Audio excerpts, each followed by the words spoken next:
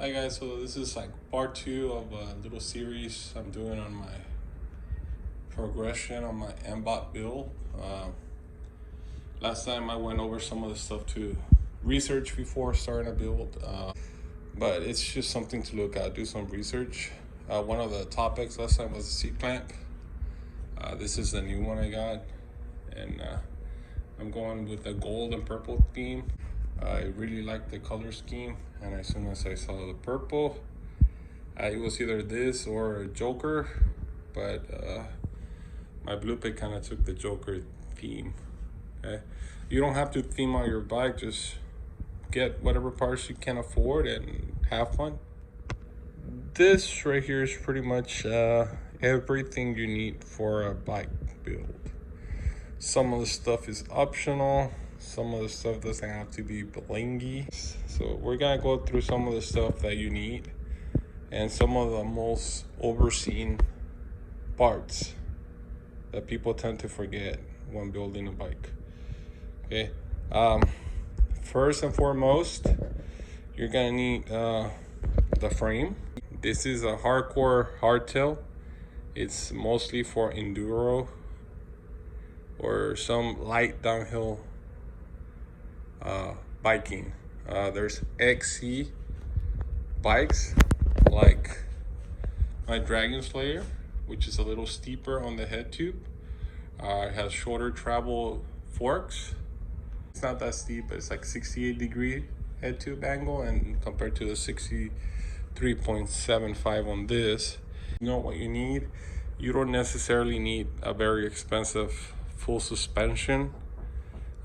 I like hardtails. I tried the full suspension thing, it didn't work for me. Let's go back and review some of the parts. Just be aware that this is not cheaper than buying a fully built bike that you can use as a good platform to upgrade within time. This is not a cheap thing to do. Some of the parts I did buy were used, and some of the stuff were on clearance, but by no means was this something cheap to do. I expanded my build over a couple of months to forego some of the pain of spending that much money. Okay, I'm gonna start the list.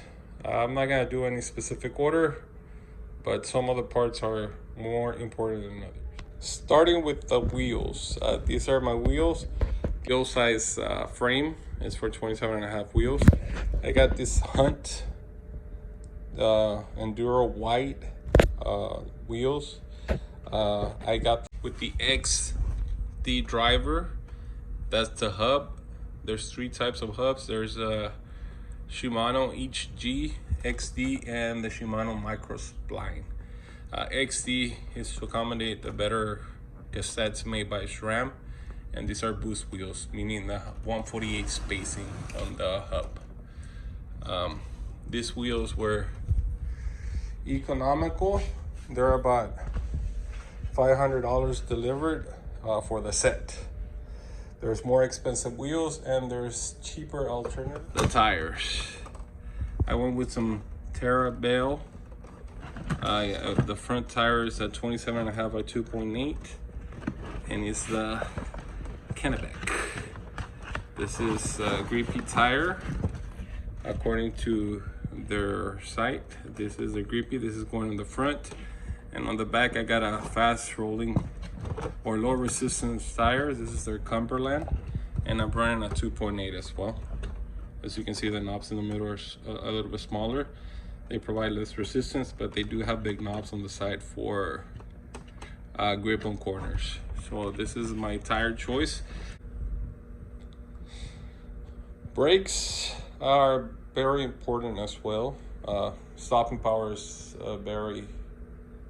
it's crucial. I mean, you don't want to go fast if you can't stop fast, right? I went with Magura. This is my second set of Magura. I went with the Fabio Weimer set because they have gold and they're 4 pistons front and back. So I went with this. When you buy brakes, mount your brake post on your fork Mine set stock for a 180 rotor, but I'm running a 203 in the front. This rotor, so 203, and the diameter is 203 millimeters. So with that being said, you're gonna have to find one of these. Post mount adapter that runs from 180 to 203. These are right now very hard to come by, so don't forget your adapters. If you're running a 180 in the front and your mount is for a 180, you don't need an adapter. This is what I'm running on the back. It's a 180, so I might need an adapter for the back as well, but I think these are set up for 180s in the back, so I'll see when I come to that. Okay, bars. Your bar selection goes hand in hand with your stem selection. Okay, besides the length of your stem, most of them run a 1/8 for the steerer tube. Then your length, this is a 50 mil, but what matters the most is the clamp size. This is a 35 millimeter clamp size. So when you choose your stem or your bars, make sure you get a 35 millimeter diameter clamp. There's 31.8, and I believe some are still running like a 29.7 or something like that, but be mindful of that. If you got a 35 millimeter clamp stem, get a 35 millimeter bar. I'm running the Race Face Atlas on this beautiful gold. Again, I got this about a year ago on sale, and I can't wait to put them on the. In order to mount your fork, you need the correct headset. Different manufacturers use different headsets, but the most common one right now is the taper head tube, and this is the top cap. I went with a nuke proof headset. I went with the purple, and the bottom one right here. Very important for your fork. Do not forget to grease up your headset and your bearings and the crown race. This is very important. The crown race, very important part for your fork. It usually comes included on the headset that you get. You got any spacers? Depending how long you want to run your steerer tube. Right here I got my 2 7/7/8. You got any spacers? I got a little blink kit from Wolftooth, because it's gold and it matches the seat clamp, but it's not necessary. You can get just regular spacers. They're like $3 on Amazon. Continuing with the cockpit, you have your grips. I went with the ODI Rogue. They're very chunky. I have big hands, and I got a set of purple clamps to contrast the gold bar. So again, optional. You don't have to go that route. Your saddle, again, personal preference. I went with the Trailmaster for this build. I went with the brown leather with the gold rails. It looks really nice. Pedals, make sure you get the right size. I went with some BP 001 pedals. I went with the gold. I really love the gold. It matches the handlebar flawlessly. They're a bit small, but I'm gonna try them. I didn't really pay attention to the sizing, and I got the small by mistake, but they don't look that bad. They're kind of, so I'm gonna try them out. Dropper post. You want to run a dropper post. If you're going through all the trouble, look for a dropper post. I bought this one used out of eBay. Really good seller. I got it within like 3 days. It was a takeoff from his brand new bike. This is 150 millimeter travel dropper seat post. It's a RockShop reverb. A lot of people stay away from them, but I had one on my older bike for years and I never had any issues with it. So I pulled the trigger on this one. This is a hydraulic actuated seat post. So we'll see how it goes, and just in case I have a 200 millimeter travel over there that I can use with this hose. Okay, so seat post doesn't have to be a dropper, but just keep in mind the diameter of the seat tube. This is a 31.6 seat tube diameter. One of my favorite parts, it's the drivetrain. And on this one, I went a little overboard. Well, not overboard, but I went with something I was gonna like. I know you guys see that catches your eye. But I went, again, these parts are takeoffs from more expensive bikes. I bought this used from pinkbike.com. They have a buy sell area. GX drivetrain, GX cranks, new. These are brand new for this year, 2020 model. I got the GX derailleur, the lunar color. It's like a nice blue hue. It's an Eagle 12 speed. It came with a GX chain, but I got the gold XX1 and the piece of resistance. I got the gold XX1 10 to 52 tooth cassette. The gold part is just one solid piece of aluminum, and the black cog is the only thing attached to it. But the gold is one solid piece. This is where the driver comes into place. This runs that XC driver, but this thing alone, guys, is unbelievable. But you can go with cheaper options from SRAM. They have the NX. The trigger, I'm not gonna use. It's a GX trigger. I'm not gonna use that because I order for my MBOP. I have one arriving tomorrow, an Archer's component D1X trail wireless shifting system.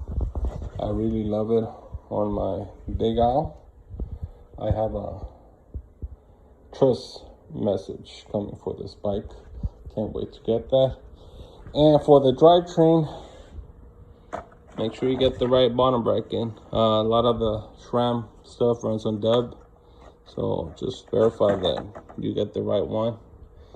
And as much as I like this chain ring, is beautiful, and the cranks are beautiful as well.